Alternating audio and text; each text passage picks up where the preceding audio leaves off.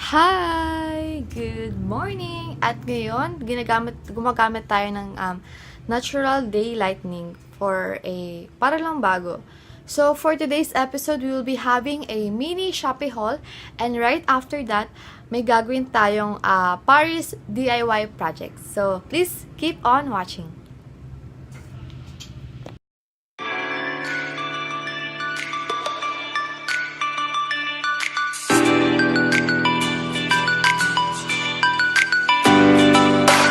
So, we will start with the first product that I bought. So, tinanggal ko na yung aking eyeglasses at gumamit na tayo ng ating ring light, mini ring light. So, first that I bought is Maybelline official store. This is the Instant Age Rewind. This one. And I bought it from 399, naging 279 na lang siya dahil naging Shopee is nag-sale siya no September 9. So, yun. Next from that is this one, the Hypersharp Power Black Eyeliner. From 349 to 244 na lang siya. So, yan. So, kung di nyo pala kita ang aking review with these two, you can check the link below that I will leave. Tapos, I wear this around 10 hours para makita nyo kung ano yung effect niya sa akin. So, check nyo sa baba. So, the next thing that I've got is this one. This one. Na binalik ko na lang din siya sa package niya. So, from ulit shop, from 192, ito naging 109 na lang siya. So, ito, naka-sealed siya at naka-sealed block siya. So, maganda yung quality niya. Yung seller is nag-send pa mismo sa akin ng picture before niya i-ship out to product na to. So, this is the 6 pieces. I choose the gray because one of my favorite color aside from black, white. I want the basic one. Ewan ko, ayan. This is the 6. This is the largest one. Ito yung pwede mo siyang gamitin pag nag-travel ka. Convenient kasi sa akin ito kapag lalo na pag kunwari nag-interview or ano. Then, this is the medium one. Then, the lining, okay naman din siya for worth 109 pesos. Choose ka pa ba? Kasi 109. Kung nakita ko ito sa mall, around 600, 700. So, I want to get this. I mean, I need to get this type. Tapos yung net niya ito. Ito yung kind of net niya. Makapal din naman siya. Ito yung 3 pieces, tapos ito yung mga pouches niya. So, I have the bigger one, the largest secret pouch, the second, the medium, and the smallest. So, ayan, 6 pieces travel pouch from ulit shop. So, the next one that I've got is, hindi ko alam kung maniniwala kayo, pero I got this kind of camping hiking pocket, folding spoon and fork. This is worth 445 originally, but nagbaba siya to 55 pesos na lang to. 55 pesos from 445. So, kasi ka pa ba? I bought this because nung nagta-travel kami ni Mami, I think it's on Baguio ata yun.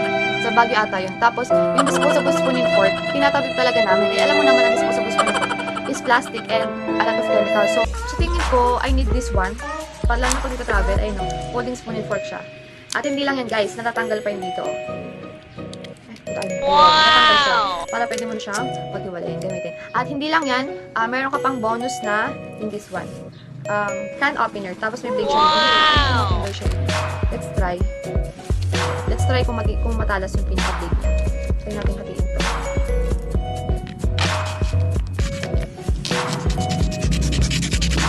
Oh, mukha naman siya maganda. Kailangan mo lang siyang, para pagbalik, kailangan ganyan din. Nakabukas lang muna siya. Tapos, malalak lang siya pag na-fold na siya ulit. Ganyan. O, diba? This is the folding spoon and fork worth 55 pesos. So, the last but not the least, so, ito na mini Shopee haul ko. Ito na siya. Nandito pa siya sa aking package. At maganda siya kasi naka-bubble wrap pa siya. So, yan.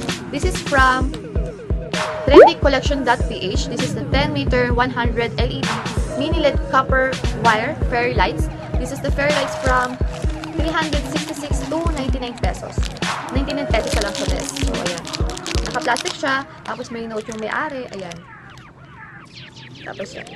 This is from China. Kasi, in-order ko siya nung 9. Tapos, dumating lang siya this week lang. So, this is worth 99 pesos. So, ayan. Natin siya.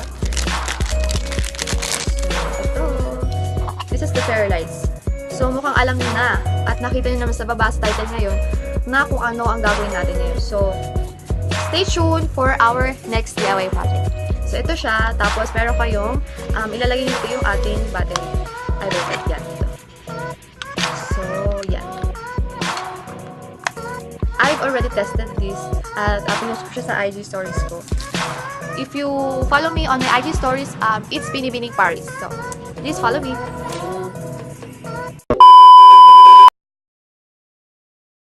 Sasabihin ko na sa inyo kung anong mga kakailanganin yung materials for DIY ring light.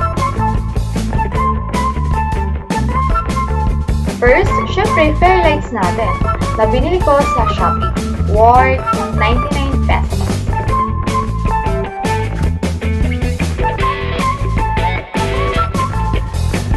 Huwag nyo napansinin niyo pa ako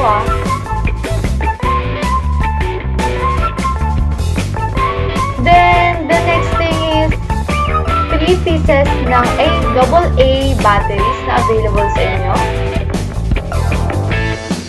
Any kind na pambilog na meron din sa inyo.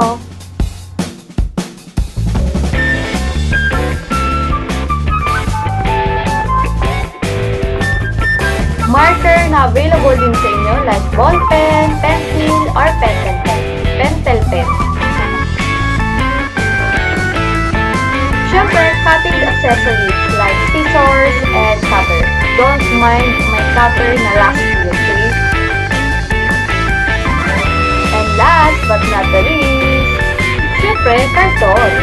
So, are you ready to do a DIY project in 3, 2, 1, let's go!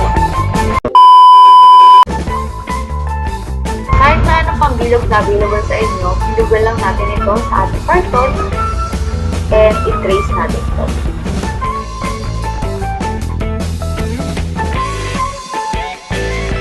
After natin i-trace, isitang na yan. Diba?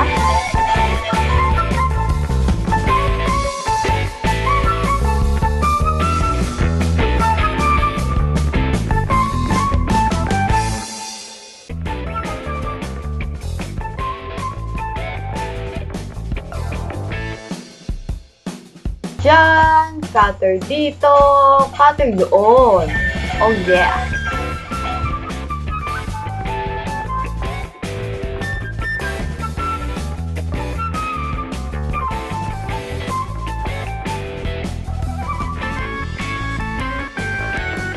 Gupitin nyo lang yung edge para maging smooth.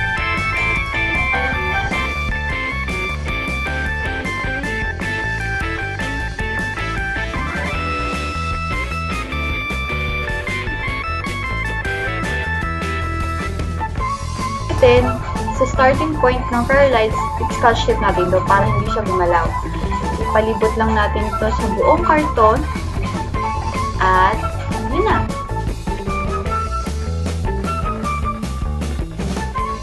Ginapitak ko lang ng kaunti yung patusok para maging okay din sa fair lights natin.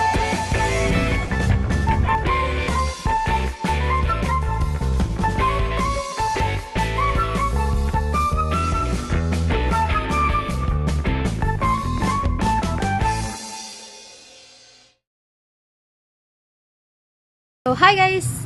Hello! At tapos ko nang gawin tong ating DIY ring light. So, hindi ko siya ilalagay kahit sa saan, pero para convenient na rin sa atin. So, yan. Tingnan natin kung anong effect niya sa akin. Wait lang. Ipatong ko lang siya here. Kung saan siya pwede ipatong. So, let's see. Oh my God! Wow! Ito na siya! So, yun yung itsura niya sa akin, guys. So, yan, makikita niyo mukha ako na, pero yan, no? O, diba? Effective siya. This is worth, I buy the fairy light worth 99 pesos. Tapos, meron tayong 15 pesos na, battery. So, worth 114 pesos. So, yan na siya.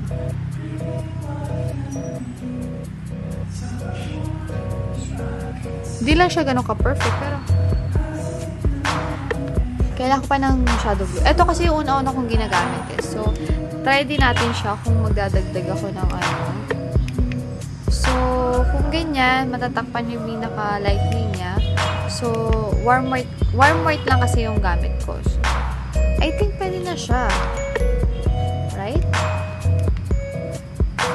Lagyan lang natin siya ng siguro konti dito sa likod.